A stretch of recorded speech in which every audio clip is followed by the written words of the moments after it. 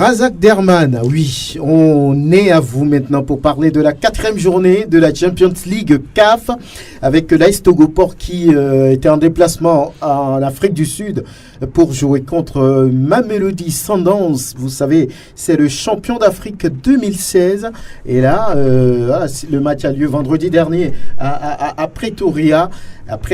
Donc voilà, une défaite de 2-1. Il semble que vous pouviez gagner ce match, mais compte tenu de quelques actions, quelques ratés, l'AS Togoport est revenu avec 0 points. C'est vrai? Oui, tout à fait vrai. On peut résumer ce match-là en 2 mots, beaucoup de regrets. Beaucoup de regrets, pourquoi? Parce que effectivement, on aurait pu faire un meilleur résultat là-bas. À la limite même faire un match nul qui était encore possible.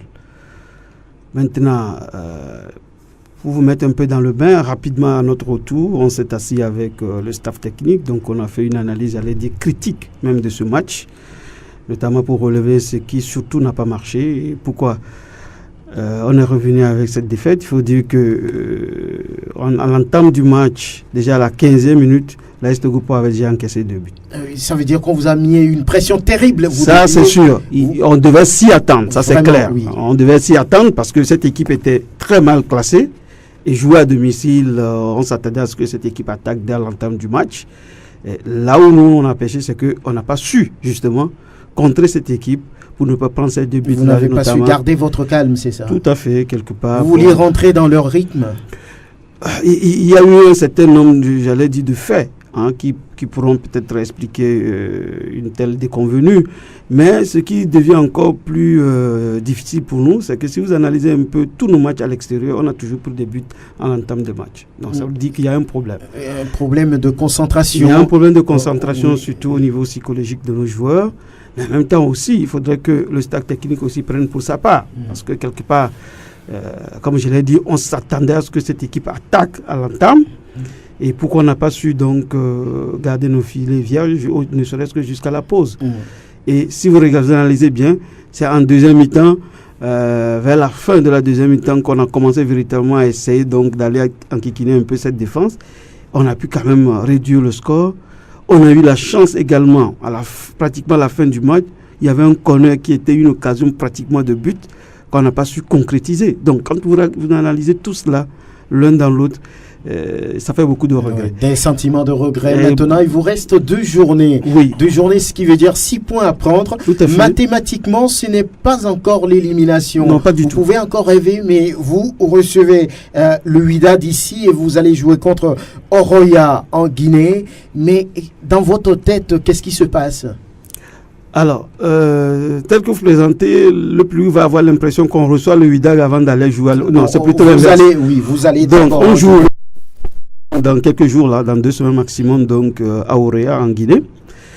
Effectivement, ce match est capitalissime pour nous parce qu'on ne peut pas se permettre d'aller encore perdre ce match-là. Vous savez, la Guinée a pu gagner ici à Lomé. Pourquoi pas la Togoport? C'est là où ça fait très mal d'avoir perdu ce match. Exactement. Aujourd'hui, quand vous avez fait toutes ces analyses, vous vous rendez compte que à part cette défaite ou la victoire de Oroya à Lomé, aucune autre équipe n'a perdu chez elle dans notre groupe. Et donc, quelque part, peut-être le manque d'expérience, comme on l'avait dit, de notre équipe à l'entame d'une telle compétition, la pression et tout cela fait qu'on a perdu ce match à Lomé. Mais comme je venais de le dire, le moment est venu de rendre la monnaie à cette équipe guinéenne. Vous n'aurez pas la tâche facile. Ça, c'est sûr. Et également, ils veulent se qualifier. Absolument, parce que ils sont mal classés aujourd'hui. Donc, nous savons qu'ils vont mettre tous les ingrédients pour pouvoir gagner chez eux à la maison, l'intimidation, tout ce qu'il faut, etc. On connaît un peu en football. Mais comme on l'a dit la dernière fois à notre stade technique, nous devons aller gagner à Conakry. Et c'est possible. Il s'agit du football, il n'y a pas autre chose. Toutes les pressions, d'accord, il y aura les pressions. Il suffit qu'on sache gérer ces pressions-là, contenir l'adversaire, l'amener peut-être jusqu'à la 60e minute à 0-0. Vous allez voir que la pression va commencer à changer de camp. L'équipe adverse va commencer par douter Et là, nous pouvons sortir notre dard et ne serait-ce que pour marquer un but et rentrer à Vous l'objet. devez apprendre de ce qui s'est passé en Afrique du Sud. Ce sera Absolument. la même chose. Ils vous mettront la pression d'entrée Ça, c'est pour sûr. faire la différence dans Ça, les c'est sûr. 15-20 premières minutes. Tout à fait. C'est Oui. pour cela que je disais quelque part, le staff technique doit prendre aussi pour sa part. Les joueurs, on a vu, d'accord? Et nous avons mis en place un certain nombre de dispositifs en ce qui concerne la concentration de nos joueurs. Ça va être rectifié. Nous estimons qu'ils seront au top pour ce match. Il faut aussi mettre une équipe à l'entame qui puisse supporter la pression. Parce qu'on n'a pas le même profil de joueurs au niveau de l'équipe. Donc là aussi, le staff technique doit faire un bon choix. Mettre des joueurs pour pouvoir contenir l'adversaire en l'entame pour éviter qu'on ne prenne des buts, pour faciliter donc le match à l'adversaire. Et donc maintenant en deuxième mi-temps, peut-être revoir l'équipe pour essayer de marquer un but. Et je dis encore une fois que c'est tout à fait possible. Et nous sommes déterminés à aller faire un résultat là-bas. Donc, les 2 prochains matchs, c'est 6 points ou rien pour vous. Si nous voulons encore espérer une qualification, on doit forcément passer par là. Il n'y a pas d'autre solution. Et il y a des conduites à tenir. Absolument. Vous n'aimez pas souvent qu'on parle de motivation et Non, et non, non. autres. Mais est-ce que le discours va changer, les dirigeants, comment aborder les joueurs? C'est vrai qu'ils jouent pour eux, hein, et la dernière fois d'ailleurs, il semble que beaucoup de joueurs ont été notés. Absolument. Voilà. Oui, mais nous, on leur a dit la dernière fois aux joueurs, on dit honnêtement, Franck, hein, si à la fin de cette compétition de la Champions League, si ne serait-ce que 60% de notre effectif n'a pas pu trouver des meilleurs clubs ailleurs, ça aurait été une participation de gâchis. Parce qu'aujourd'hui, c'est une vitrine exceptionnelle pour ces joueurs. Il faut qu'ils comprennent cela. Et la difficulté, c'est que l'entourage des joueurs, vous savez, ils passent plus de temps dans leur famille, avec leurs amis, et peut-être certains de vos confrères qui leur disent, c'est maintenant qu'il faut ramasser l'argent le maximum possible. Et les enfants se mettent ça dans la tête. Au lieu de penser à jouer au football, ils doivent d'abord jouer au football pour eux-mêmes. Faire de meilleures prestations, parce qu'aujourd'hui, les projecteurs sont allumés sur eux. Ils doivent saisir cette opportunité. Si le joueur oublie un petit peu les questions d'argent pour se mettre véritablement à jouer au football, je pense qu'on pourrait faire de bons scores. Dans et ces quelque part conditions, il faut être clair, on ne peut pas oui, aussi aujourd'hui, oublier l'argent, je suis tout à fait d'accord avec toi. Ce qui fait que la dernière fois, le mercredi, quand on a tenu cette réunion avec le staff technique, on a été clair, les questions d'argent, on les règle en amont. C'est-à-dire que même pas à 72, non, tout ça là sera réglé bien avant. De manière à ce qu'on mette les joueurs dans les meilleures conditions possibles pour se concentrer uniquement sur le match à venir. Bien. Comme je vous l'ai dit, nous savons également que les Guinéens sont quelque part au pied du mur, donc ils vont passer par toutes les stratégies possibles et impossibles pour essayer de passer. Mais si nous sommes bien organisés, si nous intégrons tous ces paramètres, nous estimons que nous pouvons y faire face et sortir la tête. En tout cas, après 4 journées, l'AS Togoport a 3 points. Il reste 2 journées sur les 6.